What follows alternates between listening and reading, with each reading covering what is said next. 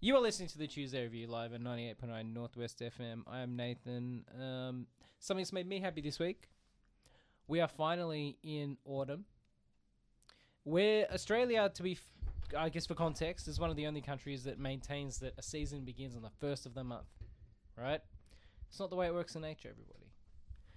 According to I guess if you use the equinoxes as when a season starts and finishes, we started autumn on the 20th of March. So we are now in autumn. Okay. Yeah. And Thanks for that lesson. Has the weather not been cooler all of a sudden? A little bit, but it's going back up again. Yeah, for like one Slightly, day. Yeah. Anyway, so that's why my little thing that's made me happy this week is we're finally past summer. Yep, because the boys can't handle the heat. No, I can't handle the heat. It gets a bit much after. Oh yeah, I don't like it either. Yeah. But yeah. So also joined by James. How you going, James? What's something that's made you happy this week? One thing and one thing only. Severance, baby. That's copping out, mate, because that's what we're talking about this week. Well, I only got movies and maybe food that make me happy in this hellscape of a world. So I had a nice Indian meal the other week. Oh, that's good. We'll take that. Yeah. So could you call it a succulent Indian Succulent meal? Indian meal, yeah. Were you arrested by police wrongly after the meal? I was. Now I'm out on bail. Yeah. So we got to make this quick. That's it. He has to be home by 8 before they notice. Yeah, I got a curfew. Also joined by Alan. Hang on, Alan. What's something that's made you happy this week? I'm doing all right. I'm trying not to pick on James's thing of Severance making me happy this week, but it did. It's honestly like you just You know what's going to make me happy this week? Spaceballs. Are we going to watch Spaceballs? Oh, you're going to watch it? It's on my list, yeah. I'm doing it for the week and then Can we I'll watch talk it about it. Should we talk about it next week then? We can. Can we watch it together? We can. Because I love that movie. I love that movie so much. And you know what next Tuesday is? April Fool's Day. Oh, no. Damn. I don't I think know. it works well. Someone's going to come in with I think that's mischief. funny, watching a Mel Brooks movie and then... Yeah. Also joined by Callum. What's something that's made you happy this week, Callum? Unlike the last two boys, I've got a real answer this week. No way. Solo Leveling, the TV show. I finally got him onto it. Well, so we talked about it last week. I was watching the sequel series of Seven Deadly Sins, Yes. Four Nights of the Apocalypse. And you know what? I was just slumming it with that animation, being like, I owe it to the show to finish it. And then I was watching it with my cat Rosie. And I'm like, you know what? I'm better than this. The animation was so bad.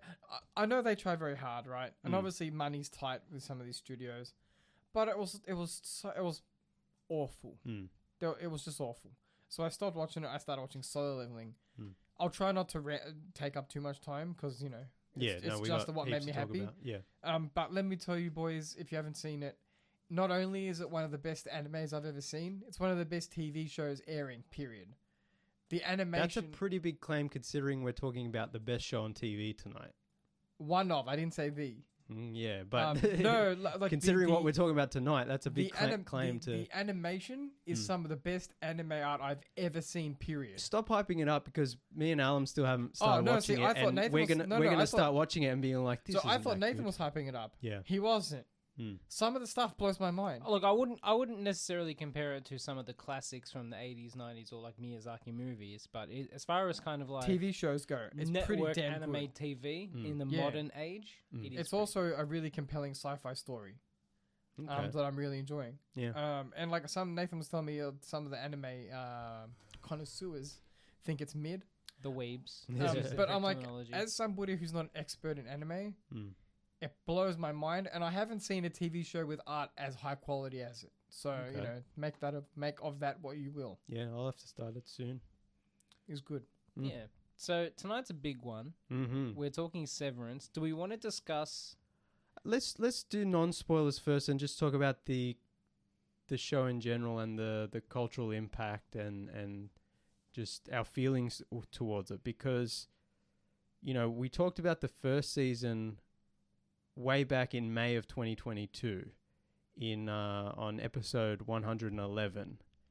And we called that episode our most positive review ever, I think, or our most positive episode ever, because it was the first time in all of our podcast radio history that we had absolutely no negative thoughts towards something.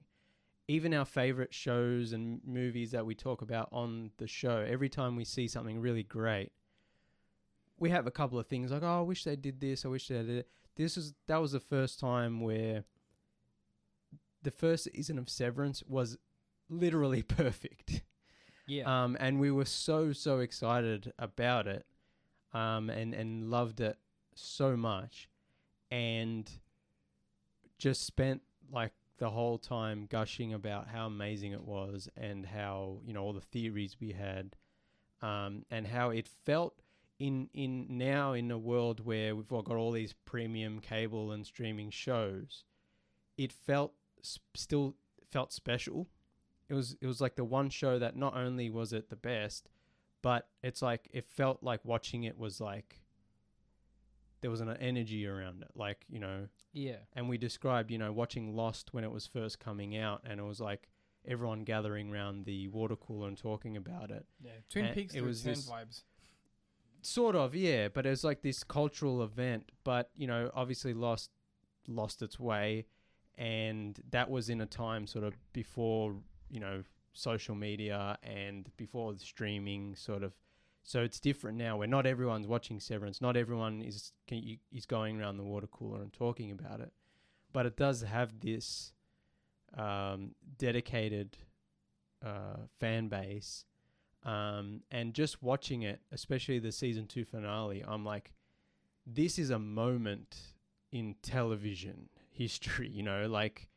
We don't have that many of them anymore. Yeah. Even the ones we do have, arguably stuff like Stranger Things, like they're like still, even them, like what, like 4 or 5 years between seasons. Yeah, now, but even when a new season comes out and it's a big deal, watching that show, I'm like, yeah, that was fun. Watching Severance, I'm like, this is the best show on television, and I am watching something special. You get that feeling. Yeah. Lightning in a bottle feeling. Yeah. Oh, something's going to take up the time until the rehearsal comes back. Yeah. Then there's a new important television show. Yeah. But yeah, because it's been so long since the first season came out, you know, almost 3 years, and it's like, you know, waiting that long for any show kind of sucks. But this show was so special, and it's like we finally got it, and it paid off. I love season 2, and I can't wait for season 3. I think, you know, like, we could go on all night about. I mean, I don't have anything bad to say. So it's like all we're gonna do is like gush over how great it is. Let's start with. It's been in the news lately, obviously because it's a good show and people are talking about it. Even though, as we'll get into later, some conservatives for some reason don't like it. But they don't like anything popular or good. Yeah, well, I was going to anything that has any challenging themes. Not to be elitist again, but media literacy is a thing. Yeah, I would say that's a thing. But also, the show isn't low. The show's not highbrow, but it doesn't hold your hand. So everyone's saying it's boring. It's this, it's that. Well, you just have to be paying attention. They're not engaging. That's with it the enough. other problem with, you know, now we're getting season 2. I'm assuming more people are coming on board who didn't watch the first season are now joining and watching it, and it's getting more popular and it's getting more in the zeitgeist, and so now we're getting people, sort of the new people or the normies, you know, coming and watching it, who you know, who don't like sci-fi or whatever. Yeah, or who are just expecting something they can watch on their flick on their phone while they're watching it, which, you know, Netflix does those kind of shows. Like, this is an actual real. This is story like and characters. You know, we used to talk about HBO shows. Yes, this is like that. Exactly. Yeah. Which is what I was going to get to. It's been in the news lately because apparently Apple, I say waste in the terms of they're not recouping that money. They spend, I use a better word, $1 billion a year on Apple programming for the Apple TV streaming service. Yeah, and apparently they don't get that money back. And it's been like a lot of the big business websites and newspapers have been talking about, like, is this a sustainable business model for Apple? Because like Severance is great, but it's not just Severance, also Killers of the Flower Moon, all the other great shows, Sugar, blah blah blah blah. Blah. Yeah, they kill.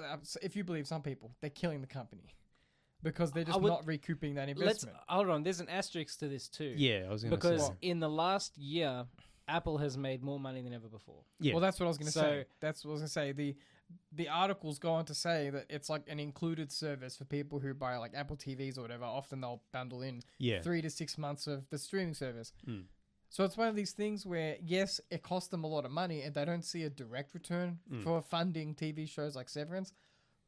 But it's also that thing where it's like, oh, well, you know, I am getting an Apple TV. I might as well engage with their ecosystem more. Yeah. Which keeps you in their ecosystem. And we also talked about how Apple TV, unlike a lot of other streaming services, has a quality over quantity thing when it comes to their shows. And so... Realistically, Apple might only release 10 new shows a year. Yeah, new shows. Not, you know, but Netflix yeah. So it's like they're cultivating, even though they might be losing money on that division of their company, they're still making a gajillion dollars on their other avenues. It's a rounding error in the overall accounting. Yeah, and they're building a sort of a library of exquisite content. Yeah, that will like get people to like a brand loyalty kind of thing. It's like, like HBO used to be, where it's like, I know I'm going to subscribe to Apple TV because I know that's where the good content is. Like, realistically, we all, like, 3 of us in the studio right now are on a family plan with Apple. And we pay for that because we use the music. Like, yeah, sure, we could just pay for the music, but the family plan, we like the TV too. Yeah. So it like, our money's going towards it. And that's what I was going to say. It's kind of a value add. Obviously, there's an additional cost, but for music, you could very much have Spotify. But if you're like, I have an iPhone, I'll use Apple Music. Oh, wait, I can also have Apple Music and Apple TV bundled. And Apple Arcade as well. And Apple Arcade, which is apparently is the main loss of that whole division. Well, because no one plays the games, because why would you? But, but I think we've talked about before probably, and, it's been in the news a lot lately, is like, all the streaming companies and all the movie studios and all the media companies are spending record amounts of money on making and churning out content. Yeah. And eventually that bubble will burst. Like Disney can't keep spending $400 million on garbage that makes no money at the box office. And I think I mentioned it the other week on the show that I cancelled my Disney Plus subscription. Yeah, I've cancelled everything. Because it was getting like 2 price hikes a year. Yeah. I'm like, excuse me? Yeah, it's ridiculous. And, just because they, just because Netflix churns out a bajillion shows doesn't mean I want to pay $30 a month in the hopes that there might be some good stuff on there. And and the market's increasing too, which is the other worry, right? Because while we're on this topic, we've got Max coming out at the end of this month as of the recording. Yeah. So the only reason you'd subscribe to Binge is for HBO content or Warner Brothers content. All that's going off. Yeah. So am I going to have Binge at the end of the month? I mean, I'll see how good Max is. Yeah. But anyway, getting back to Apple. Yeah. Apple do the quality over quantity. Well, what I was going to say to finish up my point, sorry boys, is that a commentator I follow on Twitter said that it's interesting because Apple seems to be the only organization who has essentially become a patron for the arts in a roundabout way, where they know they're making a loss on funding these prestige television shows and not so prestige television shows, but they don't particularly seem to care.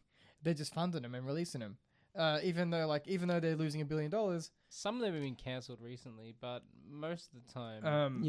and I mean... Ben Stiller tweeted at the CEO of Apple, Tim Cook, and said, can we have is season 3 available? That was a joke. I know, obviously, but he said on request. So my point is, it's like, even though this is in the zeitgeist and the news, they're still like, don't care. I think, like HBO used to be the patron of the prestige, and now it's become Apple in a strange way. Like... Whether they're making money or not, I think they'd be crazy to cancel the show because it is gaining in popularity and it is the best thing on TV. So it would be like HBO cancelling Succession. Yeah. Well, it gets people talking, doesn't it? And in some ways, that's just as motivating as money because it's like, well, it gets people looking up the show, gets people seeing that it can be streamed on your service. Yeah, and like I said, people talking about your ecosystem. Yeah, and like I said, it gives your brand some prestige so that people go, oh, well, they know what they're doing over there, so I'm going to spend my money on their products instead of...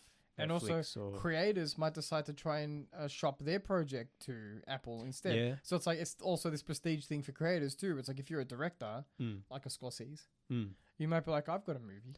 But unfortunately, even though Apple, I think their movies, at least some of them, have come out the cinema, they never get a physical. They don't get physical media release, which is a big old negative for a lot of people, especially me. So there's still that element of it.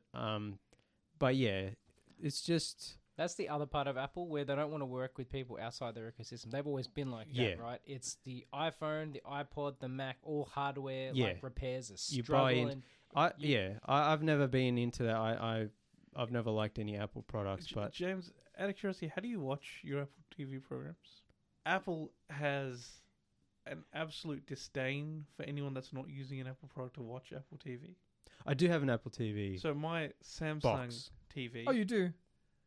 You know, the bitrate is horrendous. Oh, really? Yeah, the bitrate on my Samsung TV. Oh, so they deliberately make horrendous. it... The bitrate on my PC, again, horrendous. I've got a gigabit connection. All right? That's running at worst 800 down. In what world are you telling me that I don't have enough bandwidth to pull this show? Right? Yeah. You cannot. Run it on the Apple TV, crisp as, you know. Yeah. No, the codecs are... They absolutely hobble any other item trying to stream the show. They do. I've tried watching it before on like the TV app, and it's just not a good time. But is that not a good time because it's an app as an afterthought that's running on TV firmware as well? Like, there's kind of... Anyway, it shouldn't matter. I'm running on a 3090 PC, you know. I mean, try it on your Xbox and, you know, or They're bastards. They're just bastards. But anyway, I have a feeling the physical media issue is more because Apple doesn't like working with people outside or partnering with other people. Well, Netflix doesn't usually do physical media. I think it's just part of the streaming thing. It's like, you have to watch it here. You have to subscribe to our... Specifically for Apple, it kind of makes sense because then they would have to, I guess, trust another brand with their material, which they've historically never really done. Because like, who are they going to get to make the Blu-rays? All right, then you have to partner up with someone else, or they're going to have to open up their own factory and do it. Yeah, which is more likely. On the release of but in an Apple mindset, they would rather do it themselves. Yeah. Like they were going to build a car themselves, for God's sake, back in the day. Do you remember that whole thing, Mr. Deep? Did they release a game console or try to release the Apple TV? Yeah. Oh, yeah. They made a whole big deal out of it where you can play games on this one, attach a Bluetooth controller. Yeah. Play the Apple Arcade. Yeah. Like they did the whole thing. I want the headset though. This is kind of a tangent, and I apologize for this. So Apple Intelligence, the full kind of rollout has been delayed. And I saw a comment that half the GPUs that are being used in AI training have been to basically keep the AIs from turning racist. Yeah. No, this is a problem with all AIs. Alan knows a lot about this as a racist AI.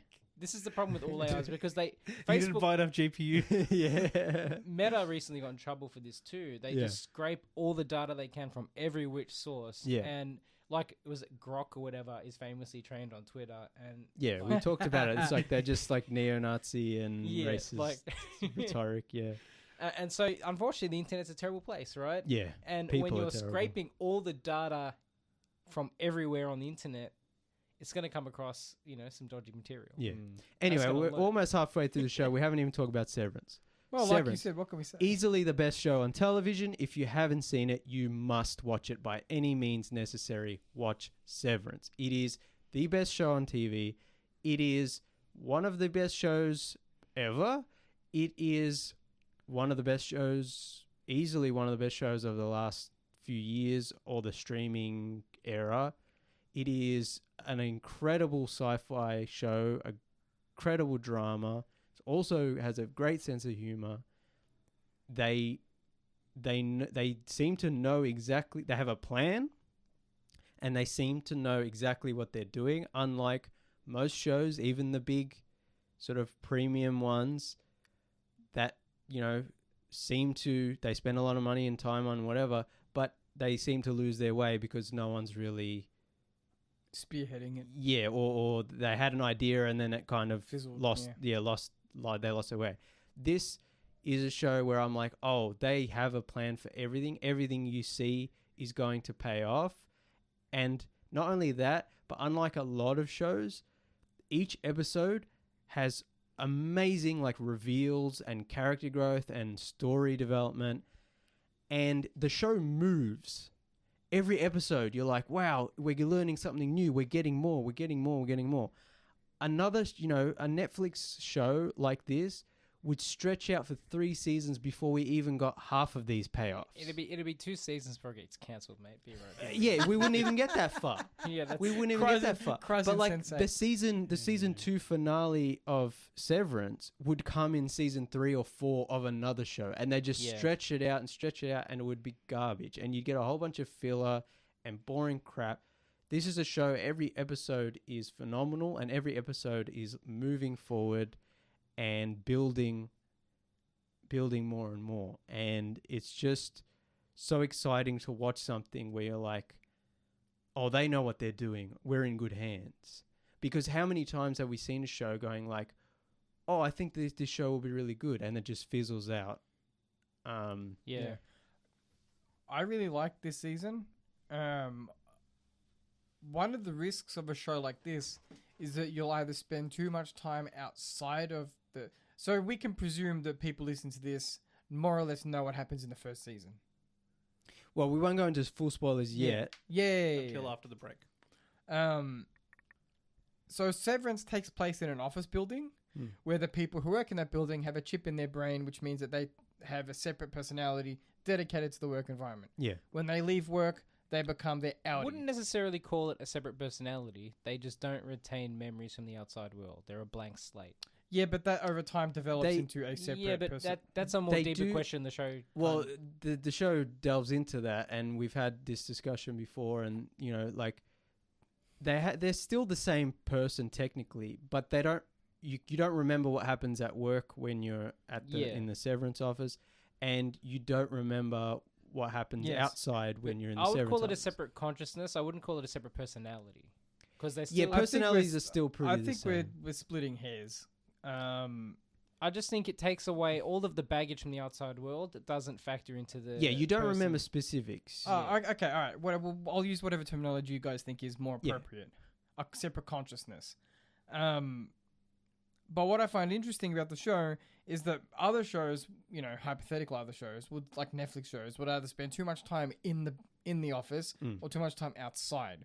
Whereas Severance does a really good job of balancing both of these arcs, because both arcs have important story reveals and character development.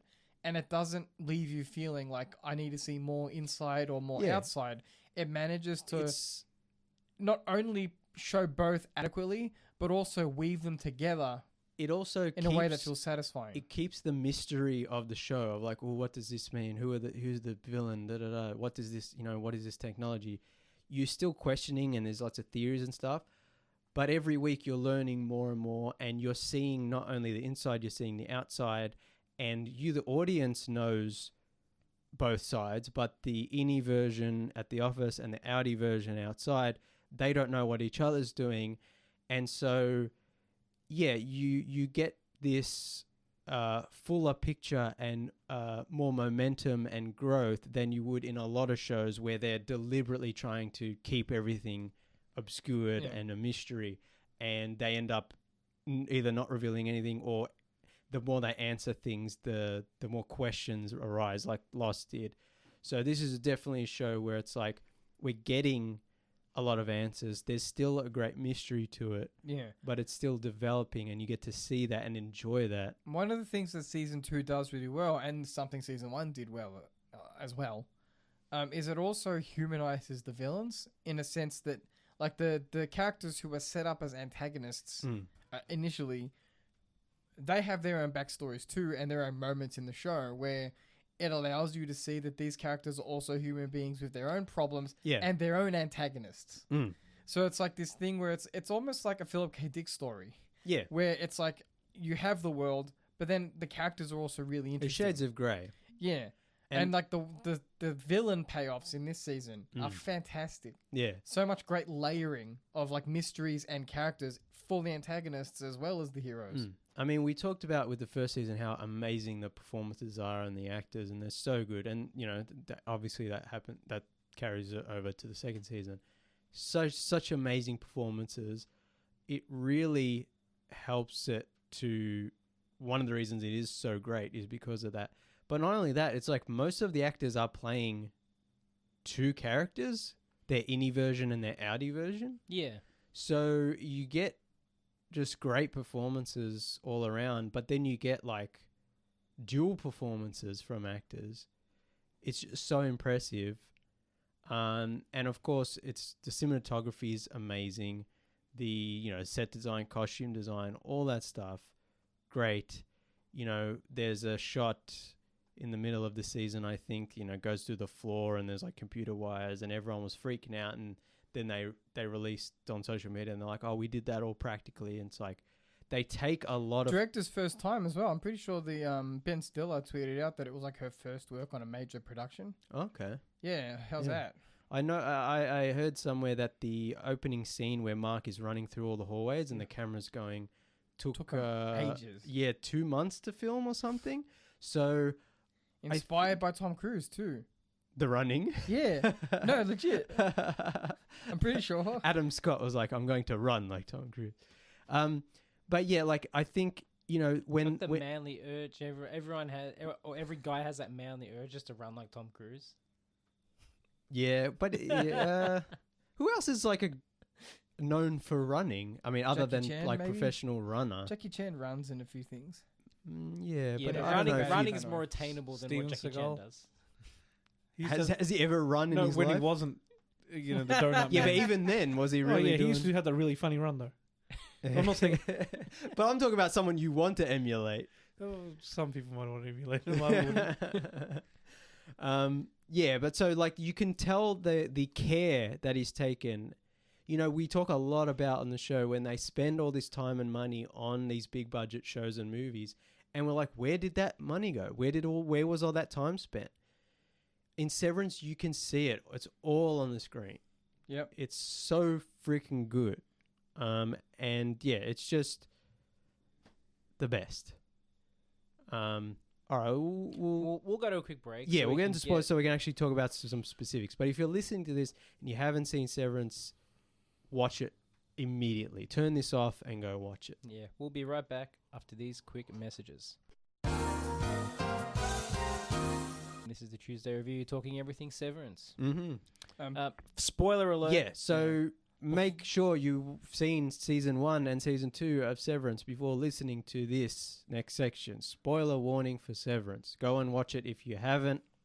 Go now. It is great. Before we move on to continuously praising the show, can I say one thing that I would change from the show? Okay. I don't think and of course I won't go into why, but I don't think the second half of the show has enough Irving. Yes. No, I will agree with that. That's the only issue I have is that that character arc from the first season was incredible. Yeah. And I wanted more of it. I think... And it just didn't... It's obviously this is like, oh, the writers didn't write it the way I want. But, it just didn't play out the way I thought it was. And it felt... I was dissatisfied with the way his character kind of eventuated in the season. It definitely lacked Irving, more Irving... enough Irving, but I hope that season 3 is going to build that up more, because there's still a lot we don't know about Irving. So a couple of questions regarding Irving. He's obviously seen the hallway. That's what. Yeah.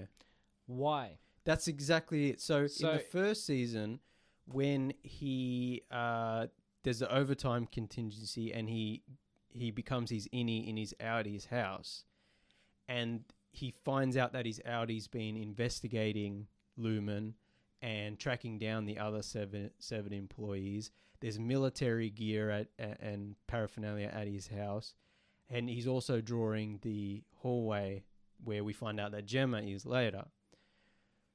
In season 2, we don't really get any answers as to why he was investigating, what prompted that in the first place, how long he's been investigating, I'm hoping why he knows about the hallway, and also he takes a phone call, or several phone calls, mysterious phone calls.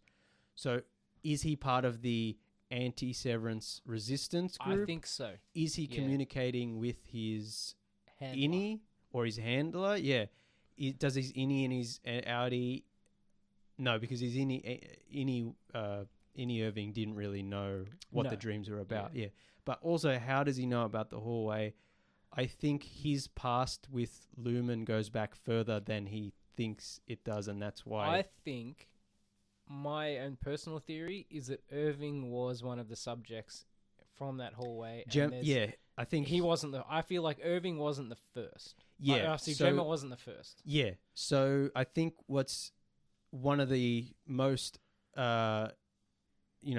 incredible and affecting episodes was, I think, episode 7, where you see what's been happening to Gemma this whole time when she's down on that floor. And they've been severing her several times, I think 25 different iterations. Yeah, personalities, consciousness, whatever. And they're sending her into stressing, situations. So, and seeing if that bleeds over into any other, personality, any other consciousness. And they're trying to build up some sort of wall between, because the whole thing about Lumen is like, erasing pain and all this kind of stuff. And they're going to do that obviously by fragmenting people's minds into... Yeah, and I definitely think, Irving was probably down there at one point, which then leads to more questions as to, is Audi Irving even the original Irving? Is it one of the personalities? Like, I think there's a lot more to come from him. And it was lacking in him this season, especially because he and Bert's relationship is... I don't think that's finished. I think Bert 100%. I think Bert knows a lot more about Lumen than also and Bert knows... because we get a hint that he's worked for Lumen a lot longer. He only recently got severed, but there's some hint that maybe Severance has been around longer than I had this dumb theory that he was an Egan of some sort, like one of the... He wasn't... He says he was a driver, and he took people to places, but he didn't know what happened to them once they got there. Like, he didn't kill anyone, but... Yeah. Oh, this was a season... This was like an earlier in the season theory. So, but he was involved probably with some of the shady sort of culty stuff. And now he's atoning for that by going to, being severed and working that way. But I think there's more going on with him that we're going to reveal as well. But him and Burton Irving's #Burving's relationship is still one of the highlights of the show. It's just so tender and nice, authentic. And it's just genuine. You can feel the chemistry, and it's just like this really nice old man love story. And I told you, season 1, I was like, get ready for the best love story you've seen in exactly. a TV show. We talked, and I think we just need more of that. See, not too much that you get to a lemon party. It's just, of course, Alan, the AI trained on Twitter, would say that. What I like, it's not what I like about it. I'm going to turn into a Zoomer saying things like that. It's there's no like sex stuff involved. It's just two guys who love each other. Yeah, and they like each other. Yeah. So it's that love that's built on like attraction, but it's also just a caring for each other without the lust element. Yeah, like Frodo and Samwise. As some would, as some would agree on that. Not myself, but you know what I'm saying, right? Yeah. It's a depiction that we don't normally see of like elderly it's love. romantic without, but it's also elderly. Yeah, but that that definitely get down. I know Bert does. I don't know about Irving. I reckon Bert's a freak in the sheets. Yeah. Irving, I don't know. Irving's so too sensitive. Yeah. Bert's got that special titty lube, doesn't run out. Oh my god. All right. So probably one of my absolute favorite situations, and also characters, Mr. Milchick. Oh, so good. I forgot the actor's name. He needs an Oscar for that dance. Oh my god. A grade. But anyway, I digress. So in a show with so many great performances and this ensemble, amazing cast, like he is just consistently like, wow. Yeah. He deserves all the awards. Even we were talking about his dance moves in the first season too. Do you remember? In as part of the his own performance review, he gets some criticisms. Oh yeah. And so one of the criticisms is paper clips, which is hilarious. But the bigger criticism is uses big words. Yeah. And I thought that was absolutely hilarious. Being a man who works in a warehouse. I have been at this point several times accused of using big words. Yeah. I'm not even using big words. I'm using words like reproach, reprimand, disdain. Yeah. And they're acting, smarty pants for anything. they're acting like I'm using words like clandestine or equivocate, you know? I think we've all had to do that at our workplaces every now and again. Yeah. Unfortunately, most people aren't as perhaps well read or They articulate. have issues with my, vernacular. Yeah. No, but it's just, it gave me quite the chuckle just because obviously nobody's reprimanded me about, my choice of words. But it's been mentioned by the boys. And it gave me a laugh that Mr. Milchick has to tone it down. It's also because you've got like the cult element of the Lumen Company, but also the satirical element of like, sometimes whoever does the performance review, the manager or whatever, they don't want to just go, oh yeah, you're great. Yeah. So they have to like make things up or go, oh, that one thing that maybe is not even a problem, I have to make a problem. Look, I get that at my workplace where you'll get a visit and they pretty much have to find something. Exactly. So they will go out of their way to find, it doesn't matter how small, just to get that little room for improvement tick. Yeah, and it's ridiculous. Yeah. And I think not only is Tremel Tillman's performance amazing, but like it potentially could lead to Milchick's sort of rebelling against Lumen in the future, because they're definitely setting up seeds. I think what makes Milchick, or as the internet likes to call him, Milkshake. Mr. Milkshake, yeah. What makes him interesting is that as a character, he wants to be loyal. All right? Yeah. He's like a loyal worker, but he also needs to feel respected. Mm. And so that's his struggle in this season is to, he gets a promotion. Now he's the manager of the 7th floor. Yeah. But he's not being respected. And that's kind of his journey and his struggle. What does he say to Mr. Drum? Consume feculate? Yeah. Yes. Is that... So, yeah. So good. Also, I do love that scene where he's like practicing in the mirror of like, he says the big word and then he uses a smaller version of it and he like dumbs down his speech. Yeah. I was like, that's great. Just the situation where they blackified the Kiev. Yeah. And he's like, I don't know how I feel about things. It made me laugh so much. But that's true cult-like behavior too. Yeah. It's kind of just, that's like, I think you can see him in yourself. Yeah. Right? He's also trying to figure out like how to feel about it by talking to the other... The child labor? No. She is speaks... her name Stephanie? I think maybe she speaks for the board. Oh, yeah. I know you're talking about. Yeah, she's also, African-American, I guess. And so that's why he's like, maybe I'll get an idea of how I should be feeling about this, because he obviously doesn't feel right about it. Yeah, and she's just got this fake smile that she's always got on, the dead eyes. And when you work for this cult, basically, or we don't know how long Milchick's been a part of the cult, quote unquote. Like he could have been raised in it, and that's why he's so intense in it. But that's another point you raise, right? Because Milkshake is obviously not 100% cool. He's obviously not 100% cool with the kind of, as you said, the blackening of his office, the awards he gets and stuff. But I'm like, but that's only because he's not severed himself. So like all the other employees, they have no problem with any of the kinds of things that they see or do at work because they don't have that culture. They don't have a frame of reference. They got hustle on the waterfall. They're like, it's the biggest waterfall in the world. It's like, why would you even lie about that? Okay. Yeah. But that's the whole show is like this cult is trying to make the innies like, they're trying to shower them with gifts and being like, oh, they just get little pencil erasers, and it's like crap. And it's like, we know on the outside, like, this is bullshit, but it's also that satirical part of like, oh, you're overworked and underpaid, but don't worry, you get a pizza with the company bought. You get a pineapple party or whatever it is. Some of us don't even get that, James. No, exactly. Yeah, most. Yeah, but you get to go. You get to go home at the end of the day. That's true. Yeah, but you also have to remember all the awful things that happen. I'd rather remember all the awful things and go home at the end of the day versus go home at the end of the day and I immediately like shut my eyes and I open up and I'm back at work. That's horrifying. It's hell. Only if you're the one who's at work. Yeah, hang on.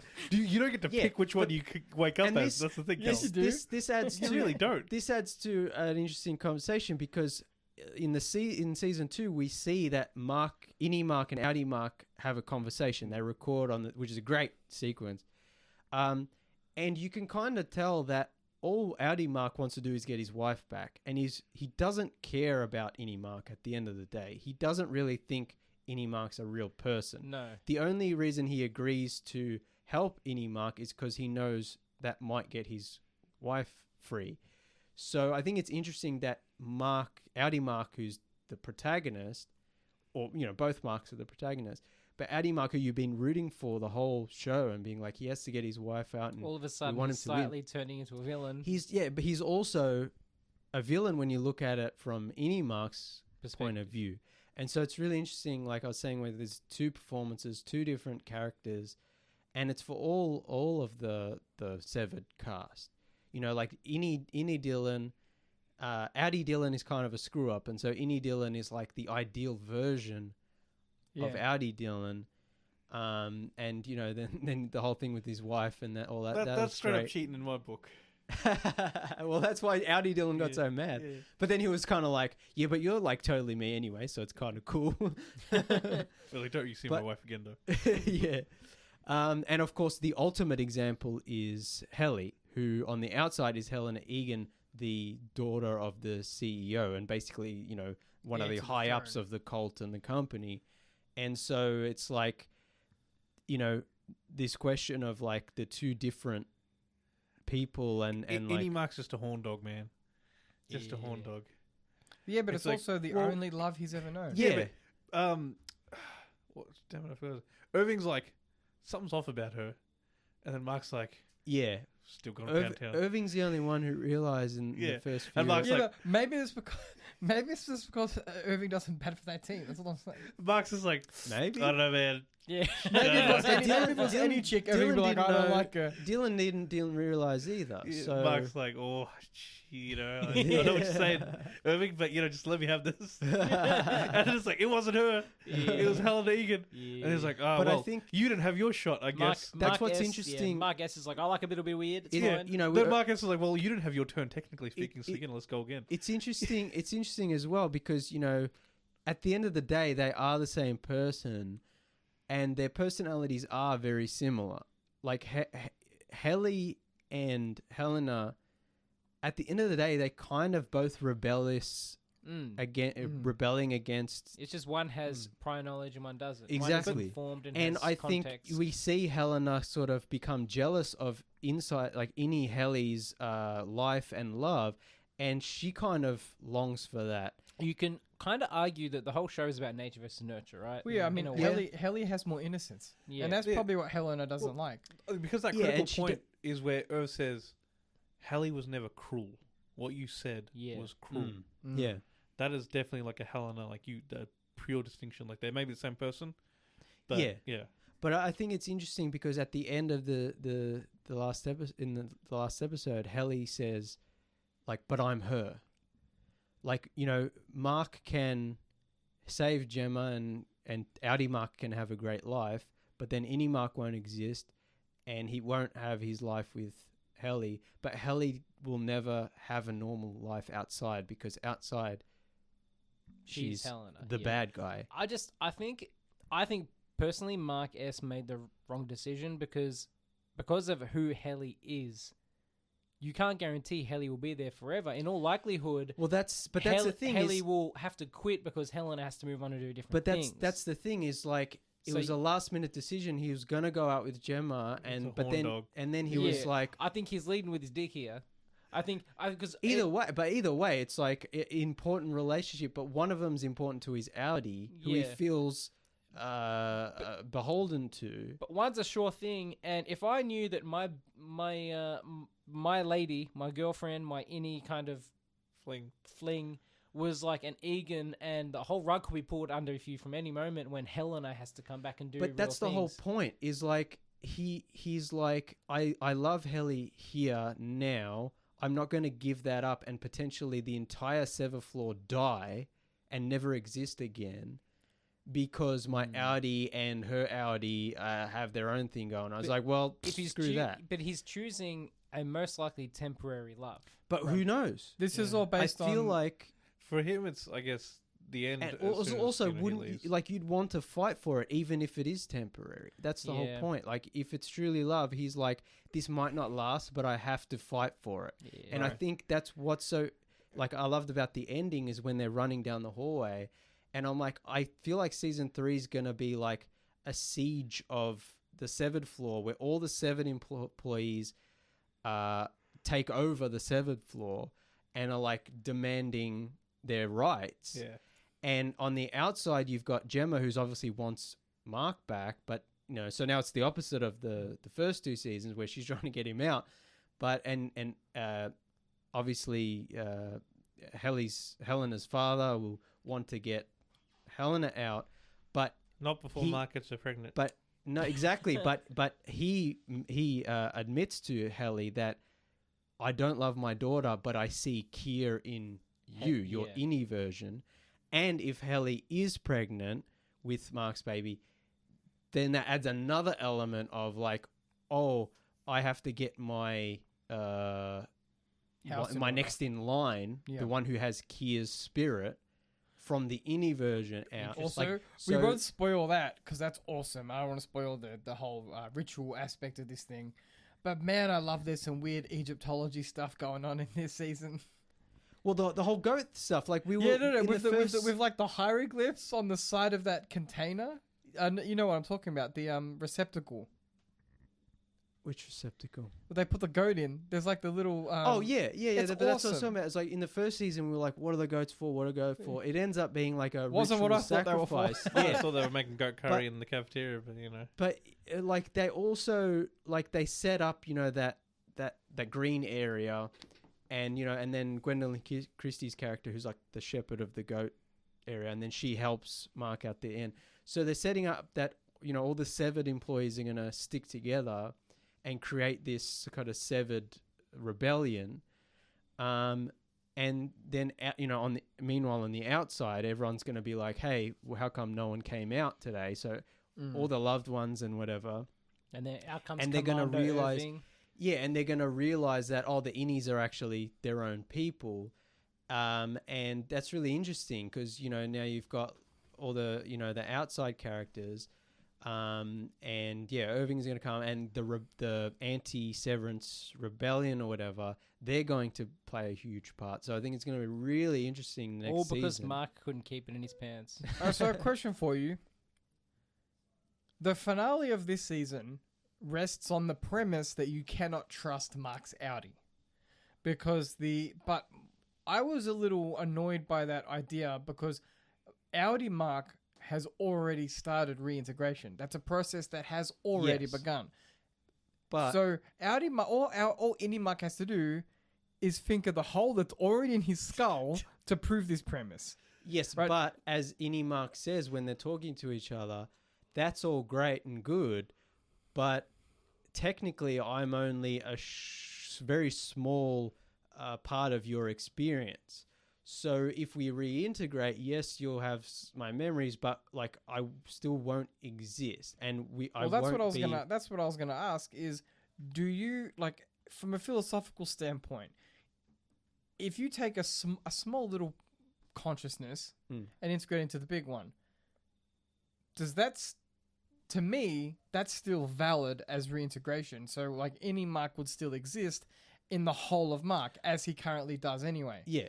So do you think that any Mark was being a little rash with his decision to completely throw the baby out with the bathwater? Because when outie Mark is going through integration, you're like, oh, this makes sense. They can become whole. They can become one person, and they can both live their lives.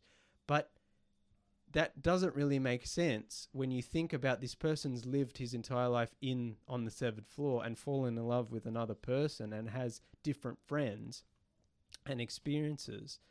And now all of a sudden you're just going to fold that in to 40 years of other experiences. But we don't know. Ghost in the Shell.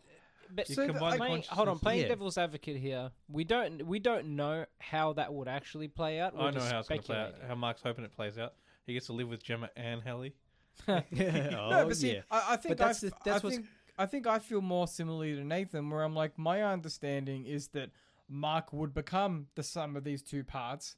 And he would have the love for Helle, Yeah. And ultimately, he'd have to choose, obviously, because you can't have. And I mean, he could. Well, he just have. He to could become become a Mormon. That's what I was gonna say. I mean, but that'll be for another. that'll be the dilemma that as the series goes on, because if they do, season 3 is the rebellion or whatever, and they're holding the severed floor hostage and whatever, one of their demands, I assume, would be like, well, we want to exist as our own people. Tough luck. So yeah, it's like Callum's all on board. He's like, as long as somebody else goes to work for me, I don't care. Yeah. I will, force this individual that's part of me to live a life of just servitude and then die one day when I've decided to retire. Can I have a pizza party every now and again? Now imagine the roles reversed. I'm sorry, right? Just as bad as so in this hypothetical scenario, he just has to press a keyboard. Calm down. All right. Let's wrap it up, boys. We are running out of time. We need part 2 to this. Yeah. For the philosophical discussions. That's it. Any final thoughts for Severance? Is Matt here? Not yet. All right. But I don't want us to get, If Can you we watch can we this go show by can we any go means- long, or should we do a part 2? We'll probably do a part 2. All right. Well, how about next week do part 2? Because I got heaps more to talk about. Yeah, I'm fine with watch this show by any means necessary. But if you do watch it by any means necessary, then buy a Ben Stiller movie ticket or something. Or buy like a DVD from one of the films. Ben does deserve our support. This show is immaculate. And, And Dan Erickson, the creator, obviously. And Dan Erickson, yes. But yeah, what was I? Just so I know what we're talking about for next week. We were arguing about the philosophical underpinnings of innie versus outie and how Oh, we yes. hold those. I'll just say this, and this will lead into next episode. As the show goes on, and the innies are like, we want to exist as our own people. Yeah. That'll obviously be an interesting thing to explore. Of like, well, can they only exist on the severed floor? We've obviously seen that they can exist outside with the Glasgow contingency? Yes. Where they can switch people even if they're not on the severed floor. We've seen the cabin where the mothers who, sever themselves to give birth. Like, that's an interesting thing. It's like, are there going to be all these severed people walking around who it's like, well, it's my time this week. Yeah. So, and that can't really work. But that's also seems to be what Lumen wants to do, is to create this severed population to, give all the pain and penance what do you do when you punish yourself to one personality, while the other personality is pure and is worthy of heaven or whatever they believe. So interesting. We'll definitely continue this next week. There's a lot more to talk about. We are out of time for tonight. Please rate, review the podcast on Apple Podcasts, wherever you listen. Give us a good review, 5 stars. 5 stars. We're on all the social media platforms at Tuesday Review AU. That's Facebook, Instagram, Threads, Twitter, Newsmask, Blue Sky. Delete Twitter. Substack, thetuesdayreview.substack.com. All this other ones at Tuesday Review AU. We're on Letterboxd. I'm Nathan YouTube. and YouTube. I'm Nathan B_90 on Letterboxd. I am channeldrifter. I'm Callum20. I'm Callum Tuesday. We'll be back next week with more amazing content. Thanks for listening, everyone. Adios, cousins.